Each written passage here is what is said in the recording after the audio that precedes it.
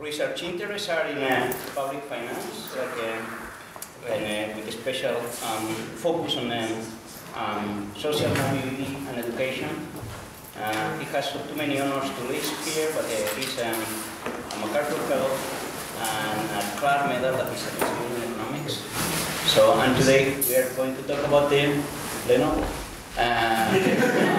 We're going to talk about social mobility. So, please join me in welcoming Professor Chetty. Thanks, let me try to decorate this. This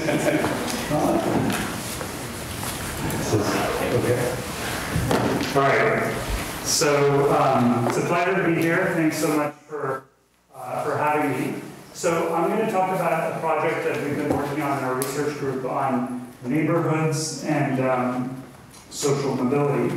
But I want to start at a bigger picture level by giving you a bit of background on what we're working on more broadly in our research group, just by way of motivation.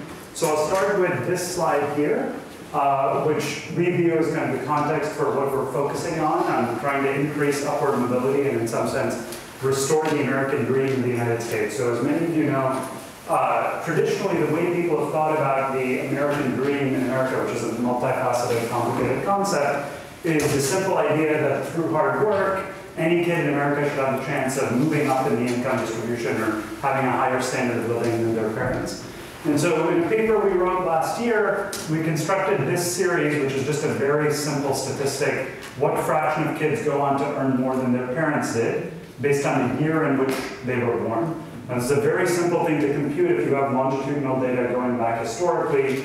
In practice, you don't, so you have to figure out some way to combine cross-sections to construct this sort of statistic, which I'm not going to get into the details of here, but basically the upshot of that analysis is you get this pattern where you can see that for kids born in the middle of the last century, say in 1940, something like 92% of kids went on to earn more than their parents did, where we're measuring both kids' and parents' incomes in their mid-30s, adjusting for inflation. So it was a virtual guarantee that in some sense we were going to achieve the American dream.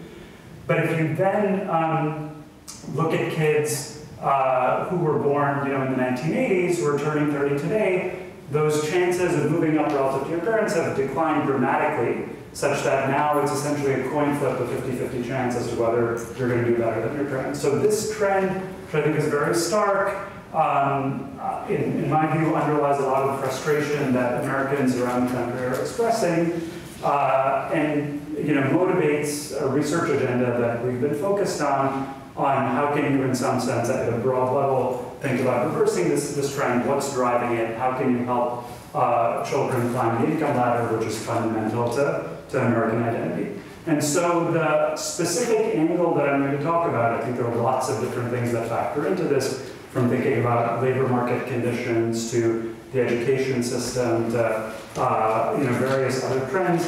I'm going to focus on one specific angle, which is the role of neighborhoods in upward mobility. So there's a growing body of evidence in sociology and economics which shows that where kids grow up has substantial causal effects on their prospects for upward income mobility. And so traditionally that was an observational set of research, and primarily in sociology. More recently there are a number of quasi-experimental and experimental studies, some of which we've conducted, that I think have led to a consensus that this idea of moving up in the income distribution, your chances of being able to move up depend greatly upon the environment in which you're growing up. So a natural question in light of that finding is to ask which specific neighborhoods offer the best opportunities for children.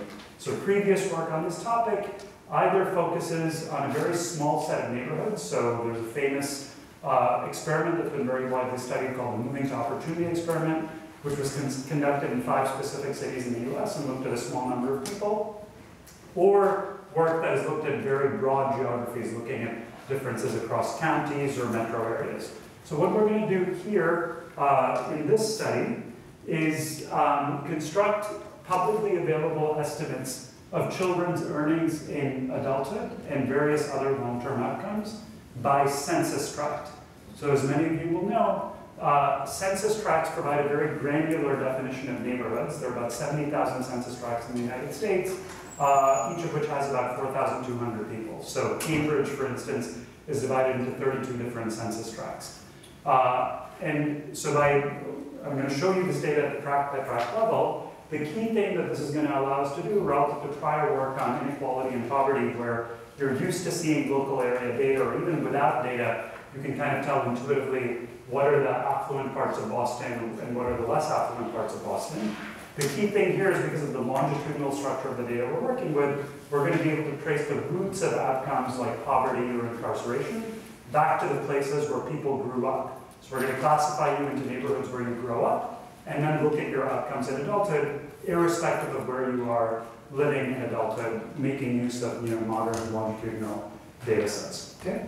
So I'm going to structure the talk in 4 parts, and please feel free to interrupt at any time with questions. So first I'll tell you a little bit about the underlying microdata, which is tremendously useful for this work, but I think more generally is a great resource for research in social science that we think could be useful in a number of different projects. Then I'll tell you briefly about the methods we use to construct these census tract level estimates, and then show you 2 types of analyses that illustrate, I think, the applications of these sorts of neighborhood level data. The first is just in characterization of the observational variation of the data motivated by a targeting application, where you want to target policies like tax credits or other types of policies that economists often focus on. And then the second, methodologically, focuses on a different set of issues, causal inference, trying to understand the extent to which the variation we're seeing across places is driven by the causal effects of place as opposed to selection, and uses that to motivate a different set of applications on neighborhood choice and housing voucher policies and so forth. So let me start by telling you a little bit about the underlying data. So the data source that we're using here is census data that by design is intended to cover the entire US population, the 2010 decennial census, as well as some information from the American Community Survey, linked to federal income tax returns, which we have from 1989 to 2015.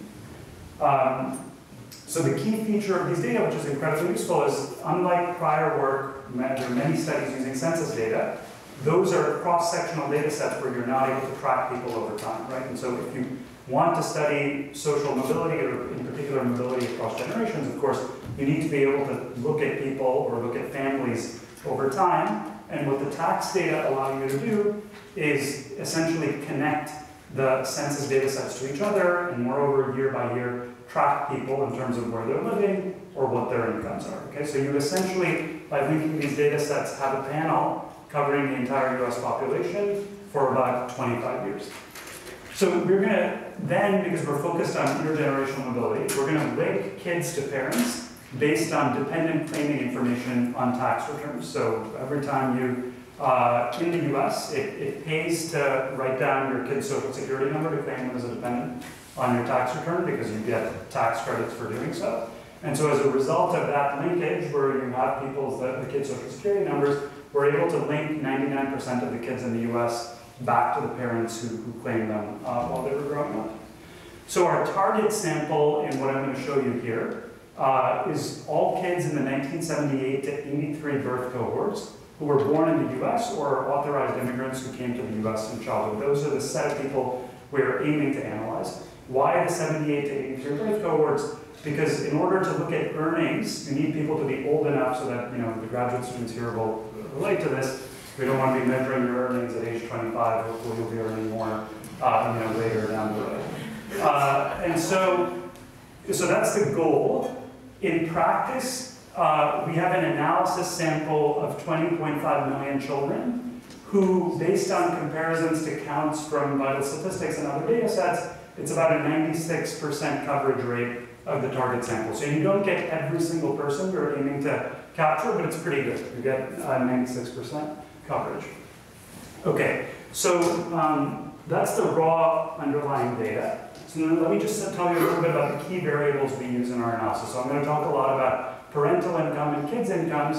So we're going to measure this in a very simple way off of tax returns. So we're going to define parents' incomes at the household level as mean adjusted gross income straight off of your 1040 tax return, assigning people who don't file a tax return zeros.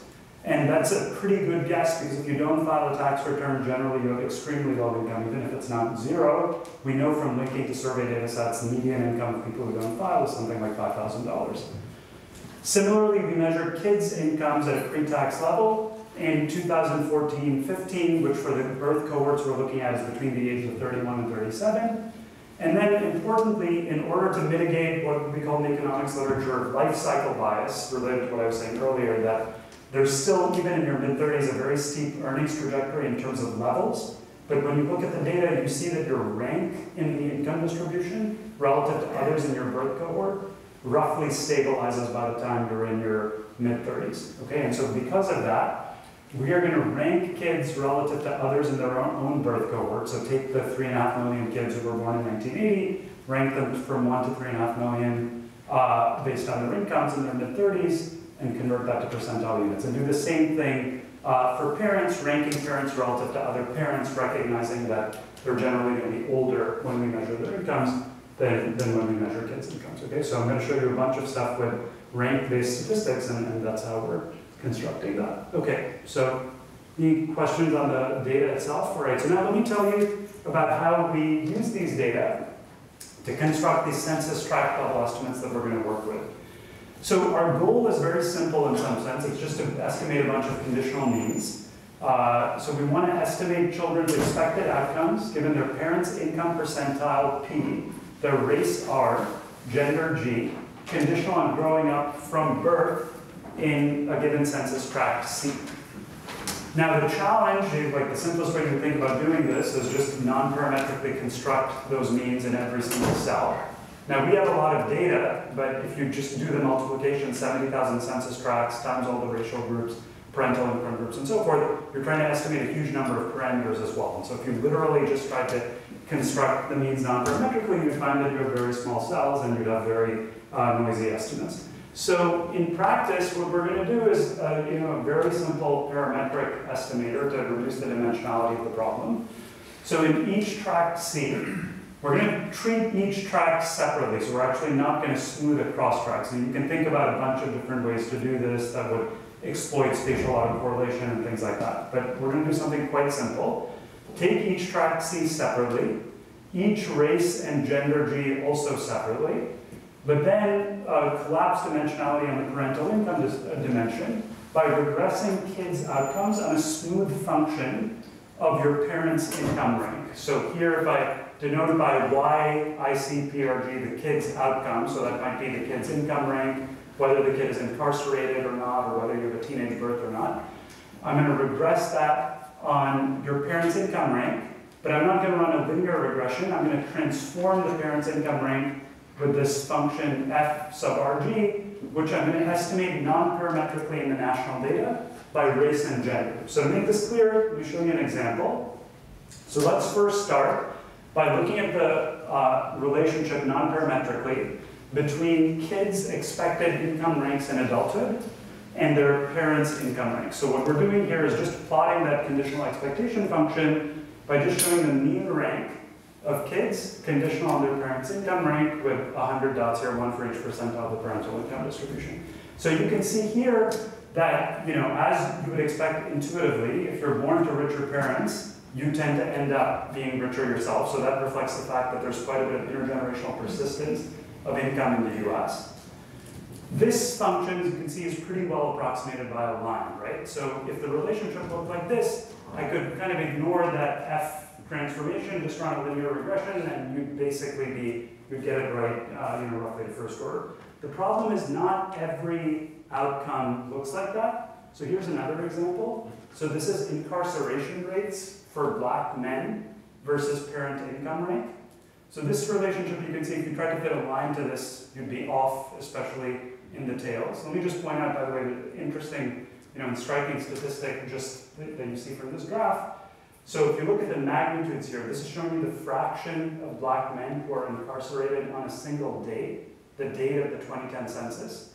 And so you can see that 21% of black men born to the lowest income parents in the US are incarcerated on a single day, right? So the lifetime incidence of incarceration for black men growing up in poor families is astronomically high in the US. And so you can see, to really capture that, you need to have a function that's not linear. And so what we're doing in practice is basically fitting this shape in the national data with a low s to capture whatever the functional form is. And then we're going to impose, where the key assumption we're going to make is that the shape of that conditional, the conditional expectation of the outcome given parental income at the national level is preserved in each tract up to an affine transformation. So if the relationship looked linear at the national level, we're basically going to assume that it's going to be linear in each of the tracts. And if it looked like the shape of that incarceration curve, we're going to assume that that shape is preserved. So this is, you might recognize this like somewhat similar to like a Box-Cox transformation in statistics, but not done with a particular parametric form. It's estimating the relationship that you're using to linearize the function that you're estimating at a lower level non-parametrically. So these functions, like you could think that perhaps they are very different by state. Yes. And that's that would potentially mess it up. So it's a strong assumption, right? So Alberto, exactly you could identify that. You could go by state, perhaps. So that's exactly what we've done, right? So we validate that assumption in two ways. By testing whether it holds at narrower geographies, not going down to the tract level where you don't have much power, but going down exactly to the state or metro area level. And you can see it works pretty well. And then the other thing you can do is just include higher order terms in that equation there and see, how much predictive power do you, like how much are you losing by linearizing this way? And my sense is, obviously it's not perfect, but as far as we can tell, it's a pretty good approximation. Okay, so that's why we're going to use this method. All right, so that's how we construct the estimates. Now there's one more complication. So remember that I had said, let's, our target, in some sense, the estimand, is I want to know what happens to a kid if they grow up in a given place from birth. Now, if you think about it in practice, think about your own experience, very few people stay in exactly the same census tract for their entire childhood over 18 years. People tend to move around. And so how are we going to handle that? We're just going to weight kids in each tract level regression by the fraction of childhood that they spend in that tract. All right, so if you spend half your time in one part of Cambridge and half your time in another part of Cambridge, you get 50% weight in each of those. That itself creates some complications in thinking about how the estimate relates to the estimand of interest, because it's going to attenuate the variance in the estimates across tracts if you think about it, but it may not get into that here. I'm happy to talk about it more afterward if people are interested, but I think that's not a huge complication. Okay, so then to show you the data, I'm going to focus on predicted values at selected parental income percentiles, especially at the bottom of the income distribution, the 25th percentile. So think of that as low-income families. Importantly, when you look at these maps, you'll see that we have data for all census tracts. So if you take, very wealthy suburbs, for example, in Boston, like Lexington or Weston, you're basically going to have no support in the data at the 25th percentile. But just for simplicity and completeness, we're going to fit the model over the data that we have and just extrapolate out to all percentiles. So we're still going to have a 25th percentile estimate in Lexington. Obviously, you will recognize that that's model-based extrapolation. The confidence interval, if the model is right, will capture that uncertainty, but you might have less faith in that estimate than a place where you're within the support. Lastly, to make the units a little bit easier to interpret, we're going to translate the mean rank outcomes back to dollar values based on the income distribution of kids in their mid-30s, just so that instead of comparing 57th percentile versus 49th percentile, going to put it in dollar units so you have a rough sense of magnitudes.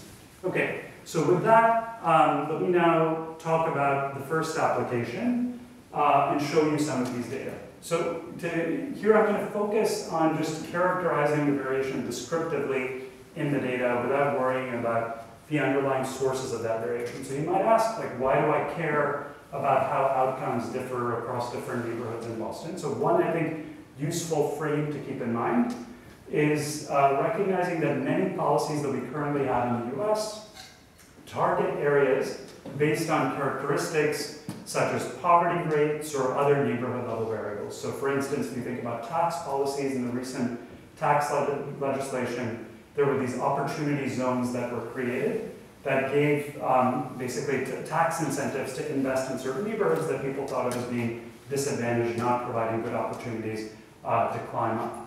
Or if you think about lots of local services, even if they're not explicitly targeted in terms of where resources are being spent, implicitly, if you have something like a Head Start center or preschool, education, you effectively have to choose a location, and people are going to come from nearby. So effectively, there's some, locational choice based on neighborhood characteristics.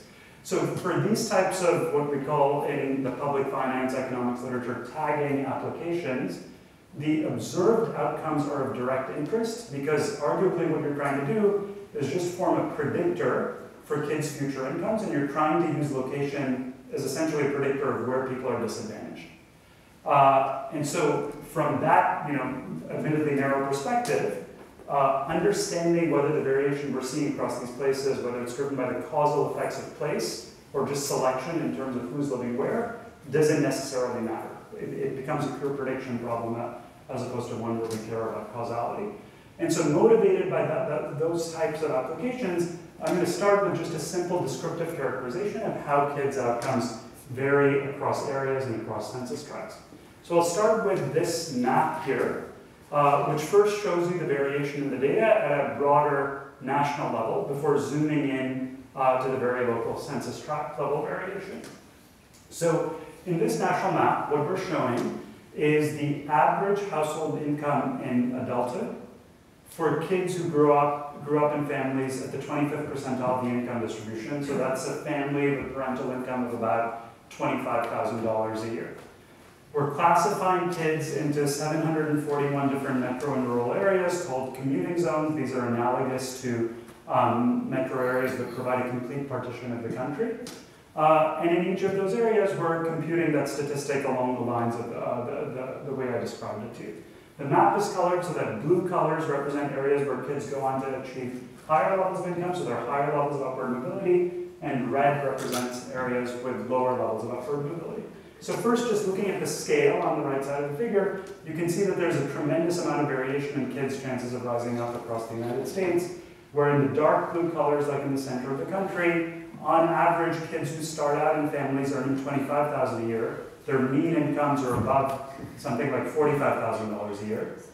If you look in contrast at the other end of the spectrum, places like Atlanta, Georgia, for example, or much of the Southeast, the industrial Midwest, you see numbers below 26,000, right? So a $20,000 difference between the top decile and the bottom decile in terms of the average incomes of kids growing up in these places, all of whom start out, importantly, in families at the same level. So you can see the broad regional variation for yourself. One thing that I think is important to note about this map, and illustrates the value of this longitudinal approach to thinking about inequality, is that the patterns here differ very sharply from traditional economic indicators, for instance, rates of job growth. So when people think about the health of different regions and different cities in the US, a very common statistic that people focus on is wage growth or job growth. So to take an example, Atlanta or Charlotte, North Carolina are often viewed as cities of booming success over the past 20 years because they've had a tremendous amount of wage and job growth. Yet, as you can see here, Atlanta is one of the places with the very lowest levels of upward mobility for the kids who grew up there in the US. And so you can see that pattern more generically in this scatter plot, where we're plotting the upward mobility measure, the average incomes of kids who grew up in low-income families in an area on the y-axis, versus the job growth rate, just using repeated cross-sections of the total number of jobs from 1990 to 2010 over the period when they were growing up on the x-axis. And you can see those two things are basically unrelated to each other. So you have places, like I was saying, like Charlotte and Atlanta in the lower right, that have incredibly high economic growth, yet it doesn't really seem to benefit the kids growing up there. So how does that happen in equilibrium? Basically, those cities import talent, right? There are lots of people who grow up in other parts of the US and move to Charlotte and Atlanta to get those high-paying jobs. But apparently, those cities don't really foster human capital development for the people growing up there, which I think is a really interesting pattern, an important one to think about. As cities, for instance, bid to get Amazon and things like that, that's not necessarily the solution to helping your own population do better. Okay, so let me now. Yes. What was happening was it North Dakota or South Dakota? Yes, with the two red blips. Right. Yeah. So those are two of the largest Native American reservations in the US. So you know kind of historically that Native American reservations have tremendous chronic poverty, and you can see that the tax data picked that up pretty clearly. Okay, so, and you're noticing, that's actually a good segue to what I'm going to talk about next. So that illustrates, some of the granular variation here that's very important. So let me now turn to looking at the data at a finer grain level. Switch over to this browser here, where I'm going to show you, so we're going to start with the same map, but this is this tool that we released a couple of months ago with the tract-level data that we're calling the Opportunity Atlas, where you can zoom in to a more local level by entering any address that you want. So we're going to start with the same map that I just showed you before, and you can type in any address you like. I'm going to type in Nickerson Gardens, which is, all right, so I'm zooming in here to central Los Angeles. And so if you look at central LA, so this is the same data that I was showing you before. And so, the first thing that you can see on this map is that if you look at the spectrum of colors, within a few miles of each other in central Los Angeles. So if you look, for instance, here at, Compton or Watts, which are known to be, very high poverty, high crime areas in the center of LA, you see colors that were similar to what you saw in places like Atlanta or much of the southeast of the US. But if you look, a few miles away, like in Lakewood or in other parts of LA, you see outcomes that look comparable to what you saw in Iowa or much of the middle of the country where you've got incredibly high rates of upward mobility. So that's a pattern you see in most cities, you see it in Boston, you see it in many other places in the US, that it's really not about national, broad regional variation. It's about extremely local variation, often places that are a couple of miles apart from each other. Now, this is particularly striking when you look at specific subgroups. So let me see if the internet's good enough to show this. So, so if we click here and look at black men in particular, and I'm going to zoom in a little bit, and look at black men growing up in the very poorest families in the bottom 1% of the income distribution. So this is the kind of place that I was talking about.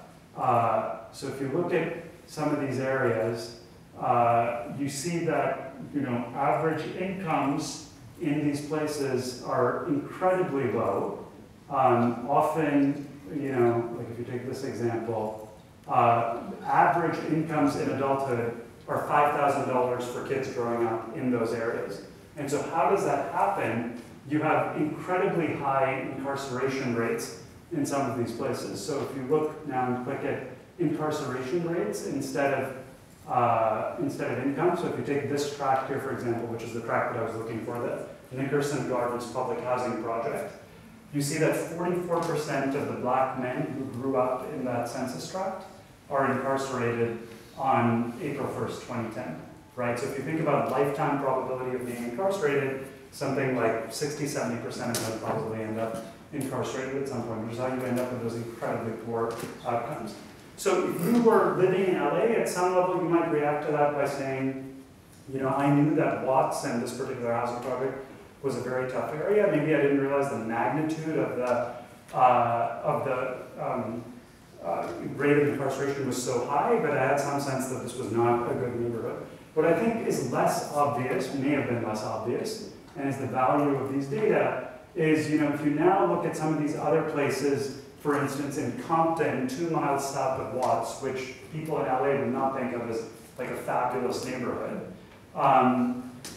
The incarceration rate there, you can see is 6.7% instead of 44%, right? So there's like nearly a factor of 10 difference between places that are somewhat comparable in terms of observables. You can see kind of the roots of where these outcomes are emerging of crime and incarceration are extremely concentrated in certain parts of cities. Now, one thing I should note, you might be wondering as I show you this very local area variation is how much of this is noise versus signal. Because the samples here, there are about 300, 400 kids per tract typically, and what we're estimating here. So when you pool races and genders, the reliability of the estimates for incomes, so the fractional variance that's due to signal rather than noise, is about 88 or 90%. So it's pretty good. It's not 100% signal, but the vast majority of the variation you're seeing. is signal, or in the case of incarceration, what's the typical standard error if you look at it from the perspective of one cell? The standard error of these estimates is something like 6 or 7%. So, do you know the 44% number is exactly 44%? Certainly not. Is it different from the 6%? Almost certainly yes, right? So I think there's real information here that shows you, the level of granular variation in kids' outcomes across places. So I want to make one last point with this map, which is illustrative of more general patterns. So if we go back to this neighborhood in Watts where we see this 44% incarceration rate, it's not just that outcomes vary very sharply across areas, they also vary very sharply within areas across subgroups. So instead of black men, if you look at Hispanic men within Watts growing up in exactly the same place, the incarceration rate for those kids is 4.7% instead of 44%, right? So it's not just about where you live, it's also, there's tremendous heterogeneity. It's not like a one-factor model in some sense. There's heterogeneity within neighborhoods that's extremely important. Another pattern that we see here is if you look at men, their incomes, as we saw earlier, for black men look very poor in this area, $3,300. If we look instead at black women growing up in this area, their average incomes are $15,000. Not fantastic by any means, but certainly much better than $3,300, which reflects the fact that most of the black men growing up there are not working or in jail in adulthood. So that's the way in which I think these types of data can be useful in understanding exactly which parts of cities and for which subgroups, you see very poor outcomes, poor opportunities in some sense. And our hope, and I will illustrate to you in a second, is that these sorts of data can be useful in targeting policies. And you can obviously look at this data by going to this website for any city of interest. So now coming back to this. Yeah. This is all formal employment, right?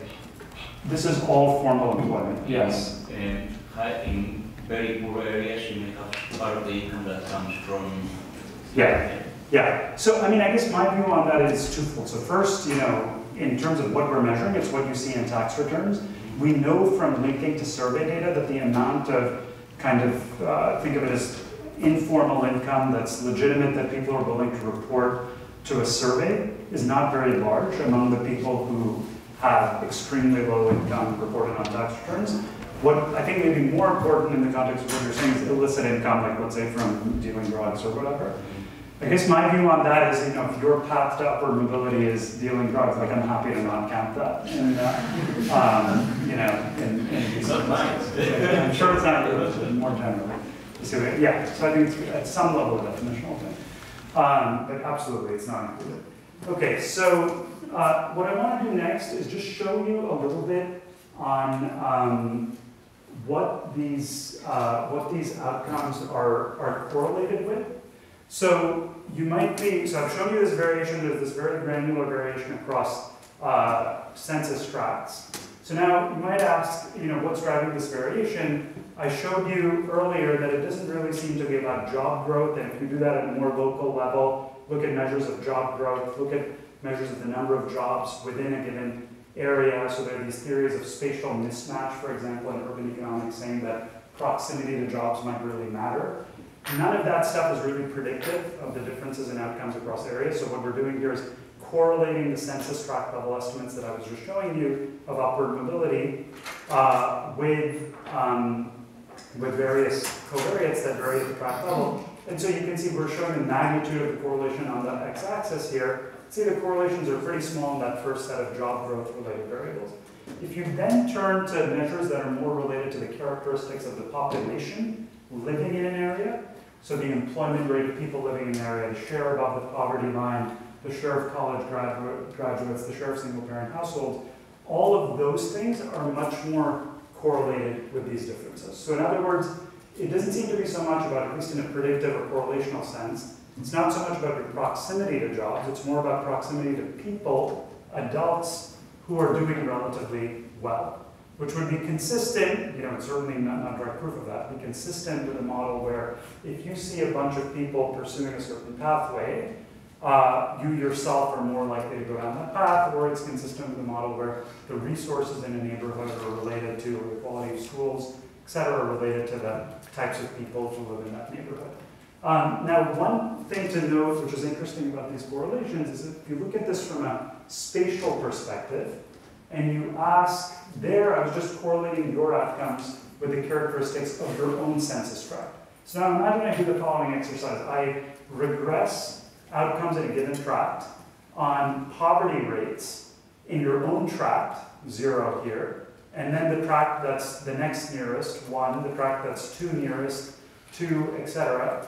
You see this very sharp pattern that what matters is the poverty rate in your own tract, and conditional on that, poverty rates, and this holds more generally for the other characteristics I was showing you, poverty rates in the neighboring tracts have very little predictive power, conditional on what is going on in literally your own tract.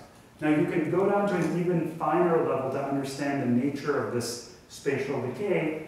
You can go down internally at the Census Bureau to the block level, which, the samples are too small to release that data publicly. But if you look at this by block, you can then do the same analysis that I was showing you before, poverty rate in your own block, the next block, so forth and so on. And you can look at what the shape of that decay is. Now there it makes sense that it's not literally your own block that matters, like the block that's 1 over, poverty rates also matter, right? Which kind of makes sense intuitively. It'd be surprising if it's kind of literally conditions only next door that are relevant to you. But you can see the rate of the decay is incredibly steep. So by the time you're 0.6 or 0.7 miles away from where your own block is, poverty rates or characteristics become basically irrelevant. And so that's the sense in which, when you're thinking about these broad issues like social mobility, it seems like actually the roots of these problems are extremely local, as I was illustrating to you in that map in LA, and that maybe shapes the way you want to think about how you address some of those problems. Okay, so I'm going to skip this in the interest of time, which tells you something about the stability of the estimates over time. Like basically there's quite a bit of persistence in these things. I'll just show you a quick illustrative application, and then I want to spend a little bit of time showing you the causal inference part of this. So just to show you how you can use this from a practical point of view for targeting.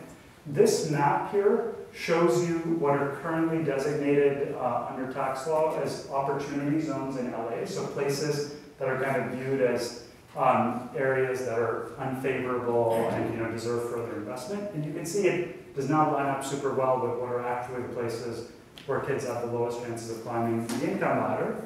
If instead you were to use these data to target, to define your opportunity zones, you'd end up with something that looks more like that. And if your objective was actually to target the places where people have the worst prospects of climbing up, in general you would end up targeting different places. You'd end up locating services in different places. So this is the type of application we're starting to see people use these data for. And that the reason I end this section with that is you can see for that purpose it doesn't matter if growing up in one part of LA is causing you to have poor outcomes, or if just certain types of people concentrate in certain parts of the city. Okay, so let me now, in the remaining time, turn to the causal effects and neighborhood choice application. So the motivating question here is very simple. Where should a family seeking to improve their children's outcomes live? And the answer, of course, matters both to individual families and potentially for policy design. So some of you will know, in the US, we have many affordable housing programs on which we spend about $45 billion per year. And most of those have the explicit goal of helping low-income families access higher opportunity areas where their kids or they will do better. So of course, for these sorts of questions, it's critical to understand whether the observational variation I've been showing you is driven by the causal effects of place. Is it actually the case that if a family moves to a different place, we'll see better outcomes for their kids, or is it just about selection? So we go about trying to basically estimate the fraction of the variance that I've been showing you that's due to causal effects using two research designs. The first is a pure experimental design where we use data from the moving to opportunity experiment that we've studied in prior work and compare the observational predictions to treatment effects of the MTO experiment, which I'll tell you about in a second, on children's earnings. The second is a quasi-experimental design where we look at people who move with kids of different ages across census tracts in much larger samples, make an identification assumption that about basically the orthogonality of potential outcomes to the ages at which kids move to different places in order to get a different causal estimate. So given limited time, I'm going to focus mainly on the first. And so I'll just illustrate how this works with an example. So the moving to opportunity experiment involved about 5,000 families in 5 large cities in the US, including Chicago. And the way the experiment was conducted was they took a set of families living in very high poverty public housing projects. Illustrated here, for instance, the Robert Taylor homes in Chicago. And so what they did with these families is families were divided into 3 different groups. Some of them, by random chance, just got the opportunity to stay in those public housing projects. And then there were 2 other groups that got a housing voucher, one of which was called the Section 8 group. It's just a conventional housing voucher that you could move wherever you wanted. It's worth something like $8,000 or $10,000 a year in terms of rental assistance. And a third group called the experimental voucher received assistance that they had to use in a low poverty census tract, a census tract with less than a 10% poverty rate, okay? And so this shows you the most common locations where families with the Section 8 vouchers moved, families with the experimental vouchers moved. So you'll notice here that even the families with the vouchers, they're not moving to the places that are in the bluest colors on the map. They're moving to places that look a little bit better than the darkest colored colors where they started out, but it's not like tremendously better, and I'm going to come back to that point at the end. Okay, so what we're going to do is the following very simple exercise. We have, in our prior work, tracked the long-term impacts of the moving to opportunity experiment by linking these data from the mid-1990s when this experiment occurred to the tax data to look at how much kids were earning in adulthood when they, in these 3 different groups, okay? So what I'm plotting here on the y-axis is just the average earnings in adulthood for kids in the 3 different groups in Chicago. The control in the circle, the Section 8 in the triangle, the experimental in the diamond, all right? And so you can see this is the main result of the prior work, that kids who randomly received the vouchers ended up earning more in adulthood, all right? And so think of the variation of the y-axis as basically unrelated to selection, just reflecting the average outcomes of kids who are comparable to each other. What we're going to do is project that onto the observational predictions from the Opportunity Atlas map data that I was showing you before, basically asking to what extent would I have predicted differences in these kids' outcomes based on the observational variation, right? And so you can see with this example of Chicago that these 2 things are in fact fairly strongly related. The places that, the experimental voucher areas in the observational data, we would predict kids to do significantly better. So that's for Chicago.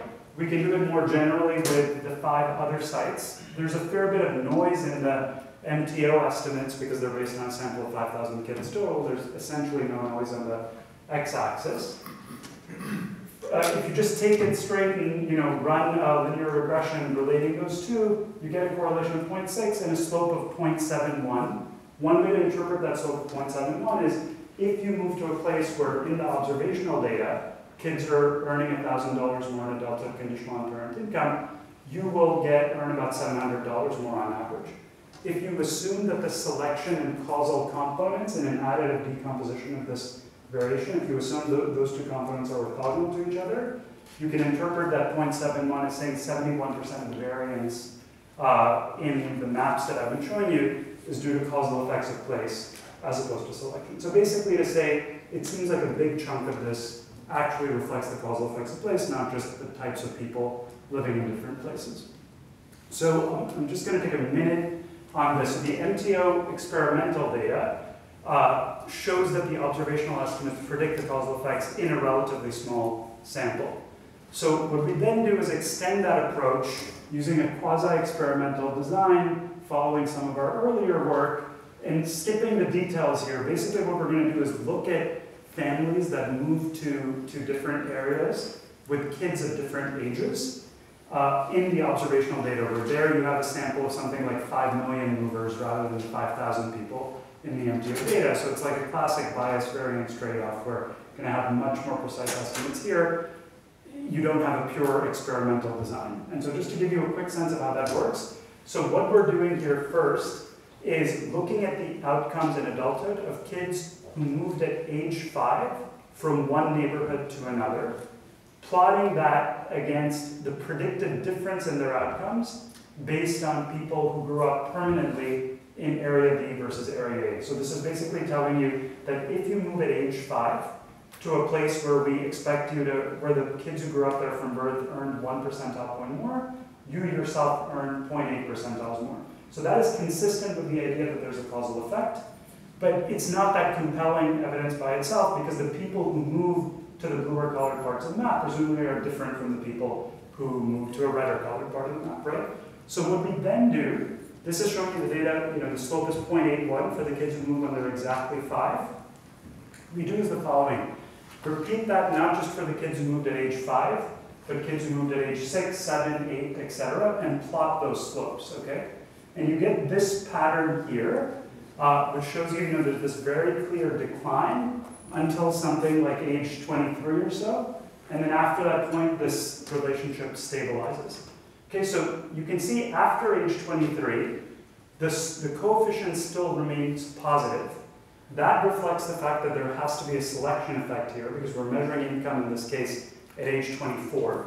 So it can't be the case that where your parents are moving, when you're 27 has a causal effect on your income at 24, obviously. So, that shows you that there is some selection in where people are moving. But then what we're most focused on is this declining pattern here below age 23. And we're going to make the critical identifying assumption that that selection effect that we see after age 23 is constant across all ages. If you make the assumption that that covariance with the error term is constant across all ages, then you can interpret the shape below age 23, the difference between the red line and the dashed line in some sense, as the causal effect of moving to that place at that age, right? So obviously that's a very strong assumption that the selection effect is age invariant. We do a lot of work in the paper, like looking at sibling comparisons, a bunch of placebo tests and things like that, which I will skip here, that suggest to us that this assumption seems pretty plausible. If you take that assumption, then you can again estimate what fraction of the variance is due to causal effects, and you get a conclusion like something like 70% of the variance is due to causal effects. So I will skip those details and just conclude in the last couple of minutes with this, again, showing you an application of how I think these data can be used. Okay, so summarizing what I've shown you in this part of the talk, our estimates imply that moving at birth from a tract at the 25th percentile of the distribution of upward mobility to a tract at the 75th percentile within your county would on average lead to about a $200,000 gain in lifetime earnings. So these effects are sizable in magnitude. Now, the feasibility of making such a move, if you think about it from a policy perspective, let's try to help families make such moves, of course depends upon, in some sense, the price of opportunity. If the places that have much better outcomes are systematically far too expensive, it's not going to be really feasible to exploit this. So how does the housing market price opportunity in spatial equilibrium? You can answer that question in the following analysis. Plot these upward mobility measures versus median rents for a 2-bedroom apartment. As is intuitive, this is showing an example from Chicago, holds more generally. As is intuitive, places that are more expensive tend to have better outcomes for kids, so this variation is priced somewhat. But you also see there's quite a bit of dispersion around that line, right? There are places you can move to, for instance, Hyde Park by the University of Chicago, very similar rents to Allsep, but Allsep has much better outcomes for low-income kids than Hyde Park. So you might ask, why is there that residual variation around that line? How does that happen in equilibrium? One intuitive explanation is that, so one possibility is that those places have other disamenities, right? That they're very far away from your job, you don't like living there for some other reason. Another possibility is people just lack information or the kind of frictions in the market that prevent things from being priced perfectly. One way that you can get at that is by splitting the variation that we were seeing in these upward mobility estimates into what you might think of as an observable component, the part that projects onto things that people see, like poverty rates, rates of crime, test scores in schools, things like that, and the part that's orthogonal to that component. And then correlate both of those components with rents. And you can see that the observable component is very highly correlated with rents, which makes sense. People are willing to pay more to live in a low crime, low poverty area.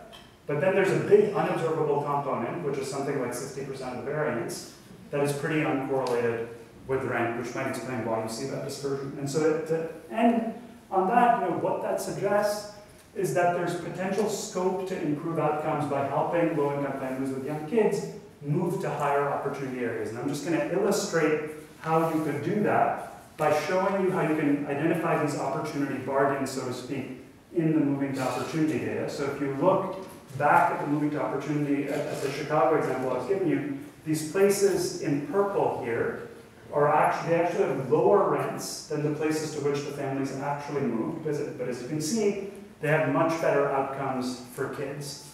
And so if you go back to this chart, the circle shown on the upper right shows how well we predict kids would have done had the families moved there instead of the places to which they actually moved. So you could have achieved even much larger gains, like twice as large an earnings gain relative to what you actually saw. And so what we're doing now is a pilot study in Seattle, just to show you how you can take this kind of work and translate it to policy change on the ground. A pilot that we're calling Creating Moves to Opportunity, which is a randomized experiment, RCT, that helps families with vouchers that they're getting from the government move to these opportunity market areas using three approaches: by giving them information, by doing some work on the landlord side to make landlords willing to rent to these tenants, and providing them housing search assistance. So think of this as trying to reduce the frictions in finding a place in a high opportunity area in a very simple way. And so conceptually, the question we're asking in this experiment is it that you actually have a fundamental preference not to move to these places, or is it that if I just remove some of the frictions, you end up wanting to move to these areas? And so we've been running this for about 6 months, and we didn't really expect to have power to show anything yet in terms of results, but it turns out the impacts are so big that you can see it very quickly. So in the control group, 25% of people end up choosing to move to what we designate as high opportunity places within Seattle. In the treatment group, 75% of people move to those places. So with a relatively low-cost intervention at no cost to taxpayers, you can pretty significantly change where these kids in low-income families are growing up. And I think that that's now something that can potentially be scaled across many cities in the US. There are about 2.2 million families in the US that receive these housing vouchers. And my sense is, that's something that can potentially have quite a big effect on social mobility going forward, just in and of itself. So I'll end with this. That hopefully is an application that illustrates the types of things that I think we can do in this sort of research that I know a lot of you are interested in, applying statistical methods to think about social problems. In this context, I see two important directions for future work. One, while the moving approach is kind of tangible, and the advantage of it is you don't need to fully understand why some places produce better outcomes than others. The thing that you really want to be able to do going forward is use that neighborhood level variation as sort of a lab to understand what are the underlying causal mechanisms that lead to better outcomes in some places relative to others, and how might you replicate that more broadly. So that, I think, is an incredibly important research agenda, one I hope some of you might be interested in.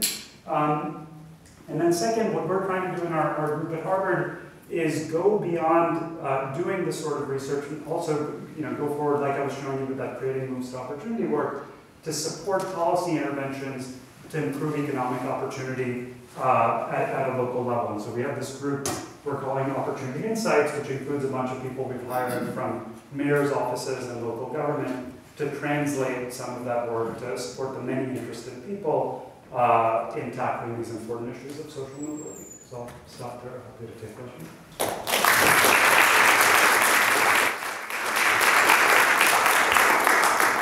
Because of the technical problems, we started a little bit late, so perhaps you can have a couple of questions. Yeah, I'm happy to stick around. You can call it.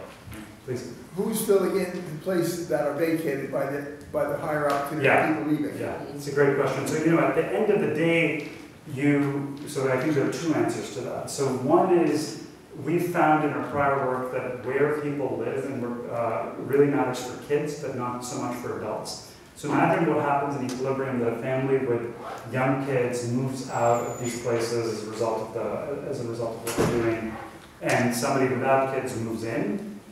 Given the estimates we have, that's possible that that would lead to an increase in total income in some sense, an increase in welfare.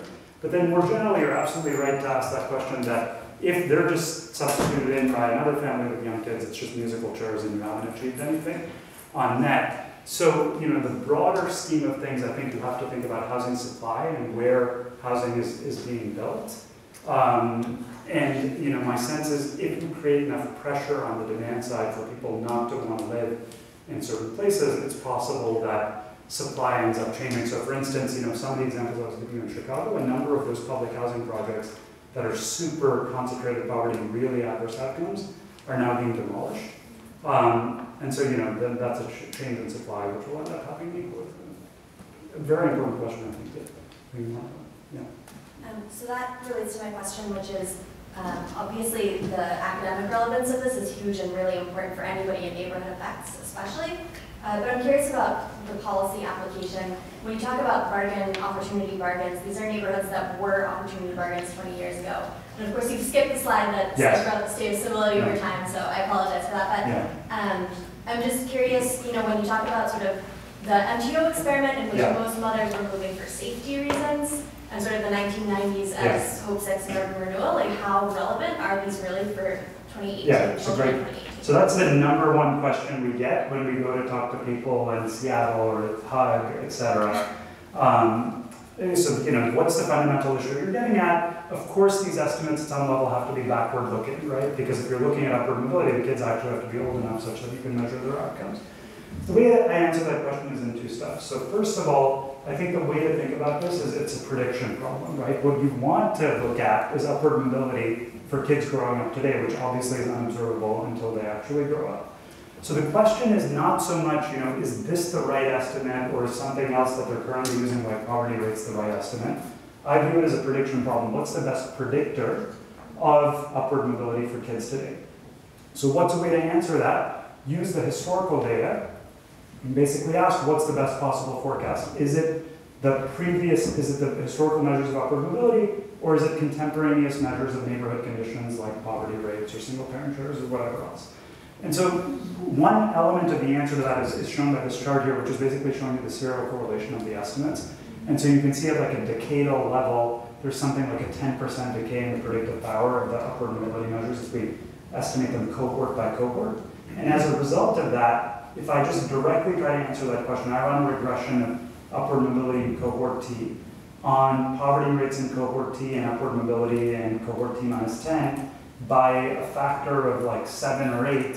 It's the historical upward mobility measures that are much better predictors than current conditions. One analogy I like to give people is if you think about forecasting GDP, what's the best forecast of a country's GDP? It's probably the country's GDP of like 10 years ago, not some other set of covariates that you come up with. So it's not a perfect predictor by any means, but you know, I think it's a pretty good start.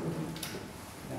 I wonder how scalable do you think is this multi-opportunity movement? Because a neighborhood consists of people, right? Yep. If like a lot of people just move to the neighborhood because they think it's going to be good for their kids, neighborhood will change after some threshold. How do you that's another kind of equilibrium question that I think is very interesting to think about. So, you know, the way to think about that conceptually, I think, is you'd like to trace out a curve which tells you what the functional form looks like as you move more people into a neighborhood. Is there a tipping point? You know, things like that.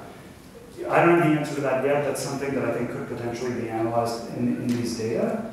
What I can say for now, and the reason we're going ahead on the policy front with supporting some of these efforts, is what you get out of these voucher programs is incredibly scattershot movement. It's not like you take a bunch of people from one tract and they all move to the same other place. They move to many different parts of Seattle. And so often you're talking about 1 or 2 families entering, you know, a particular neighborhood. Intuitively, it's hard to imagine that that's, you know, having equilibrium effects in any significant way. But that said, you know, as I was emphasizing, it's certainly not a scalable approach in and of itself. I do think, you know, for 2 million families in the US, or maybe even more, if we're spending $40 billion a year, we might as well spend that more efficiently. You can generally get people to agree to that, even in this kind of polarized political climate. But then you want to think hard about how you actually revitalize these figures. Just one more.